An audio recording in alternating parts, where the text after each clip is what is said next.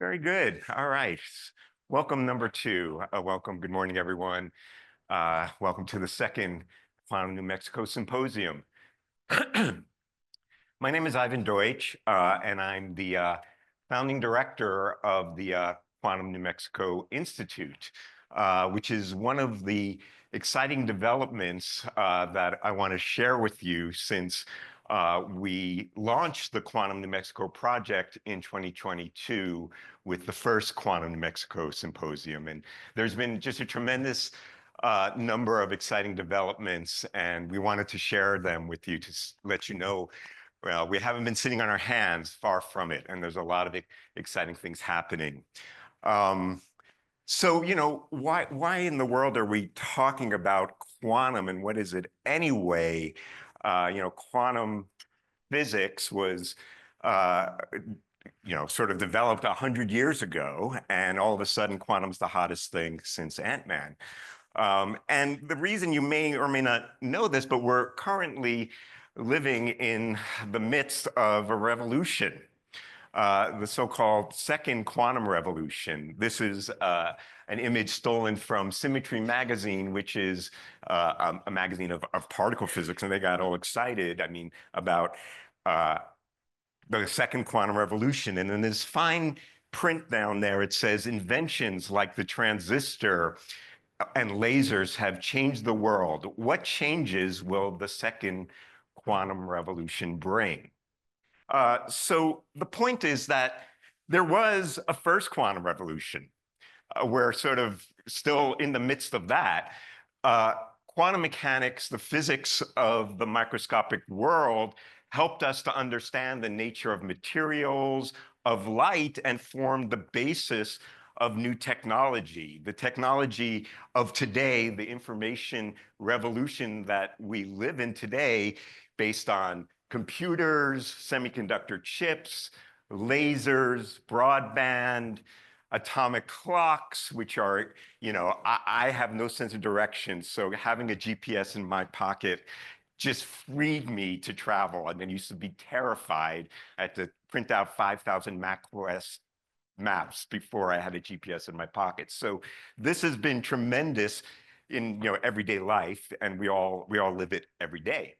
Uh, the second quantum revolution is going to totally supercharge this information economy, the information everyday life that we live in, with a new empowerment that really makes use of quantum physics in ways that we might have understood earlier on, but maybe not completely. The semiconductors, the lasers we used at the time didn't really fully use the full power of that quantum mechanics has to offer, and I'll tell you a little bit more about that.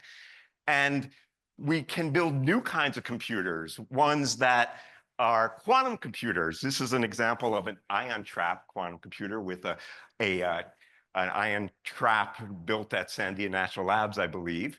And those little blue dots up there, they're individual atoms that are trapped in laser light. I mean, that's nothing like you think a computer is, but in fact, that's the computer of the future, where an individual atom may be the storer of a quantum bit of information. Uh, Beyond broadband, we'll have quantum networks that have the power of quantum correlations to be able to communicate information in secure ways. It's very important for cybersecurity. And beyond atomic clocks, being able to have sensors like clocks that really take into account the full power of quantum mechanics might allow us to do things like QPS, have GPS, but doesn't, require us to have satellites, which might be taken down by, some kind of, I don't want to use the word enemy, but, someone we might now want to take out. And this kind of technology is also being worked on here in New Mexico. So the second quantum revolution really arose out of a new discipline that was forged at the end of the 20th century, quantum information science.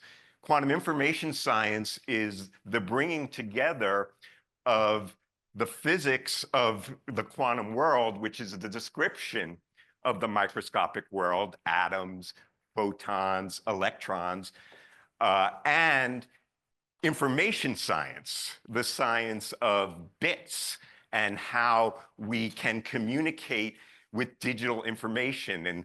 And the idea, it was really a revolutionary idea that if we can construct machines like quantum computers, which were really governed by the microscopic laws of quantum mechanics, then that would open the door to a whole new information processing paradigm that would be beyond the capacity of what current technology can do.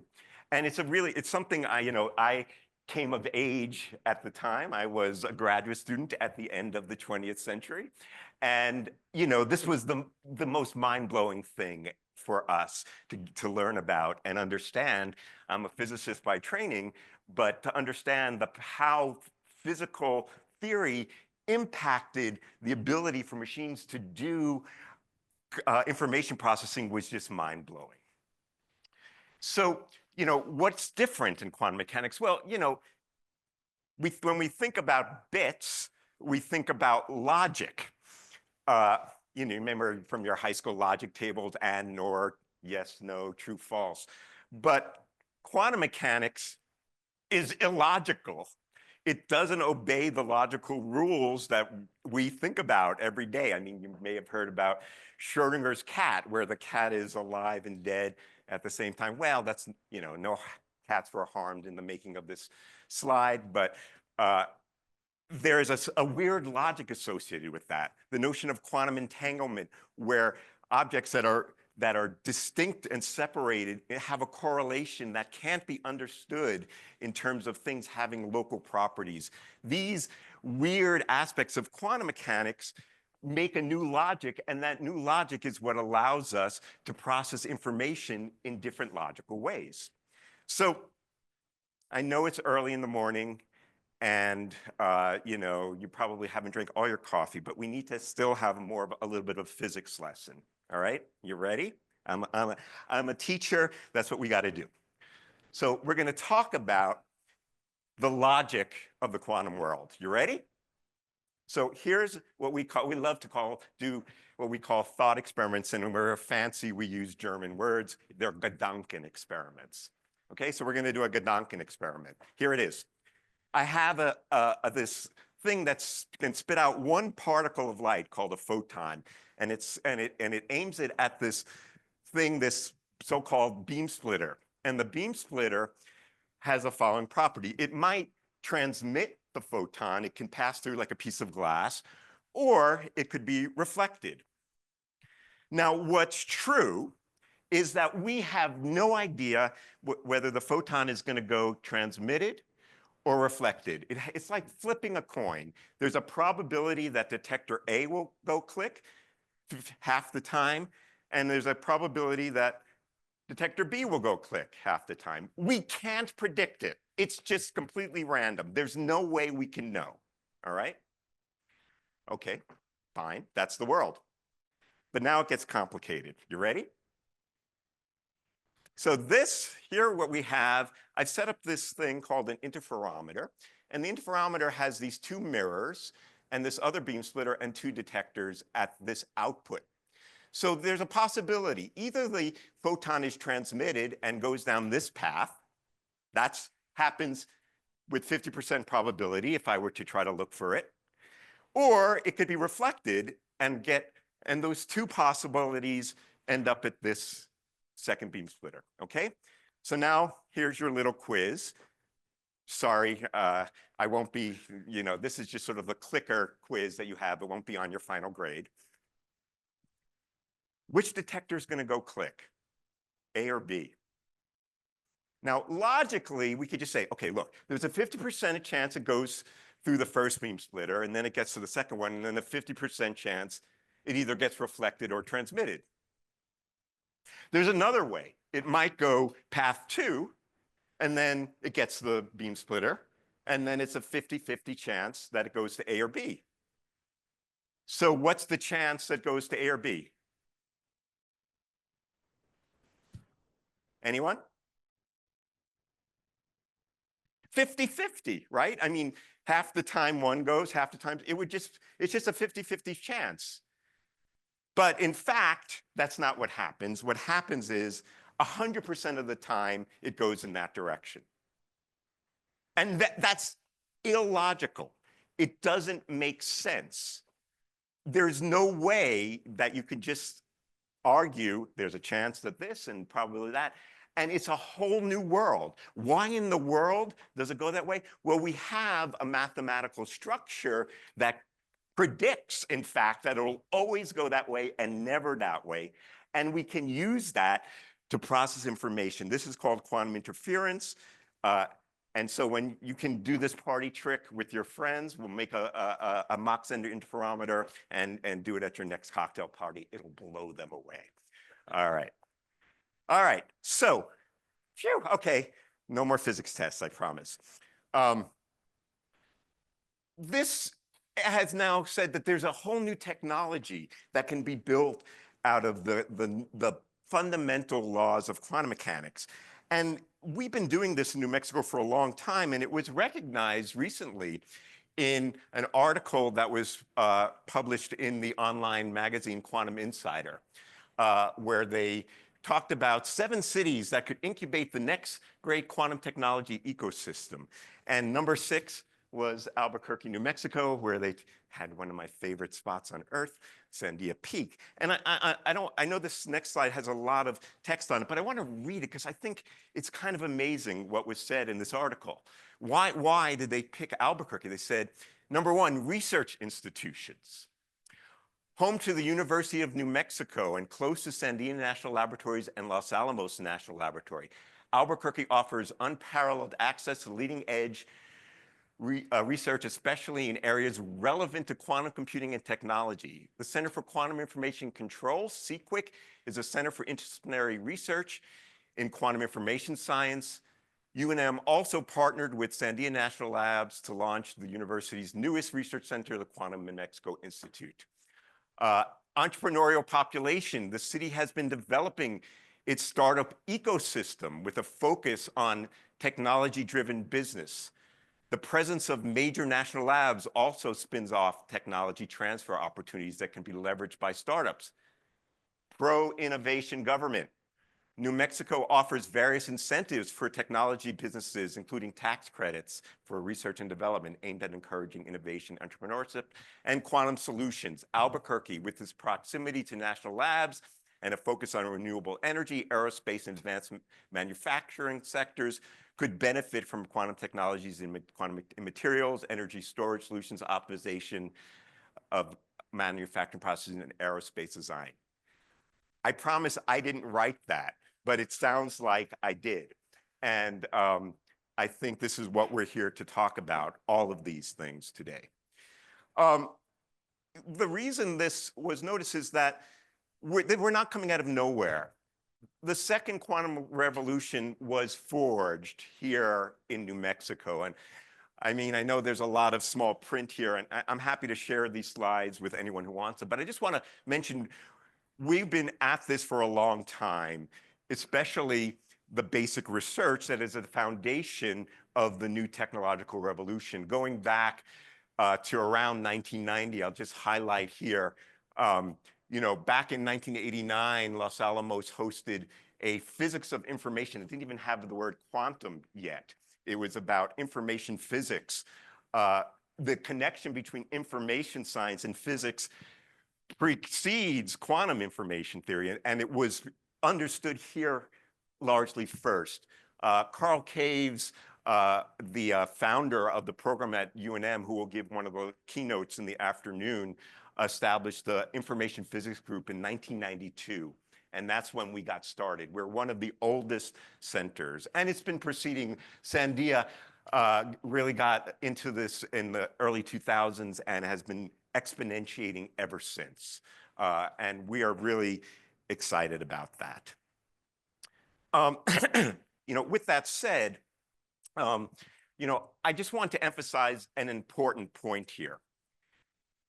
we would not have the second quantum revolution. We would not have this excitement around new quantum technologies and the new quantum economy if it weren't for basic curiosity-driven research. And we can't forget that part of the story too. You know, the folks who were working on understanding the nature of atoms and photons were not thinking about making a new quantum computer. They wanted to understand the weirdness of quantum mechanics and where it came from. And that's what got me into this business. And it's incredibly important that we also retain our focus on the creation of new knowledge for the future, for the new innovations of the future.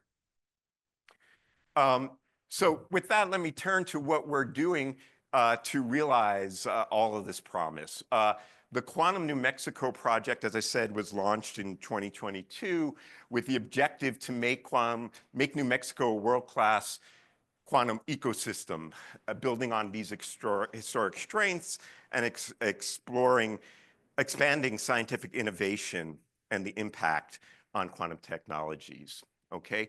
So the Quantum New Mexico Institute was created in January of this year at the University of New Mexico.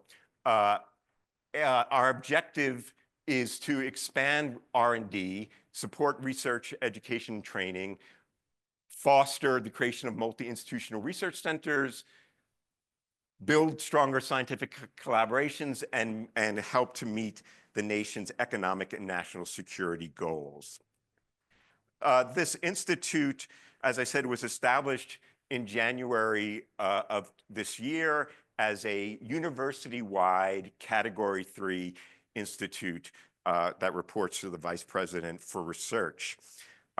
This is a planned joint institute officially with Sandia and now as well Los Alamos National Labs, which we're very, very excited about Los Alamos being part of this important project. And our goal is beyond Albuquerque itself. It's about New Mexico, creating the ecosystem here in New Mexico to many partner institutions, including at some of the other research institutions like New Mexico State and New Mexico Tech and tribal colleges, as well as ensuring that there is broad access for all of our population here in New Mexico. We're building on a lot of foundational assets, including some of the centers. Those of you who are in Zoom might see that the Zoom is from the Center for Quantum Information Control, CQUIC, where I'm currently the director. CQUIC is the foundation upon which the QNMI sits, in addition to many other institutions, the CHTM, Mesa Sandia, the Quantum Performance Laboratory, CINT, and others. In addition to the research and development side of this, an important component is workforce development. We're working on that in various ways. Here at Higher Education, I want to mention a few things. My colleague, Victor Acosta, is a PI for a new program in quantum photonics and quantum technology and runs the Q-Reach program, which is a program for undergraduates from around the state in historically underrepresented groups to have a research experience. Q-Camp, led by Megan Ivory and others, for high school teachers. So we're working on that workforce development across the board. And we'll hear a lot more as well about how the Quantum Mexico Institute is working to enable the infrastructure and resources to help build the quantum economy of the future today here in New Mexico. But let me just say a couple of words before I conclude more about workforce development. One of the ways we create the workforce is through the training that students get in higher education. These are pictures of 60 alumni of the Center for Quantum Information Control. This is our proudest legacy. And we will meet all of these people at this afternoon's alumni panel, some of whom are in person, some of whom will be in Zoom. And I can't tell you how thrilled. You need to meet these people. They're doing incredible things. Um, we are working on workforce development across the spectrum, whether it, as I say, from high school through postdoctoral levels. We're thinking about every aspect of this and how we make it work.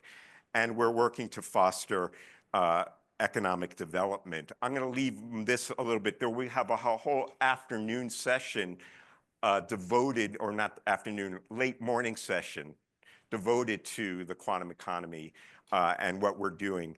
It was mentioned by Provost Holloway, the Elevate Quantum Tech Hub, and that is something we'll hear from the leaders there. Zach Ushalami will give us an update of that a little bit later.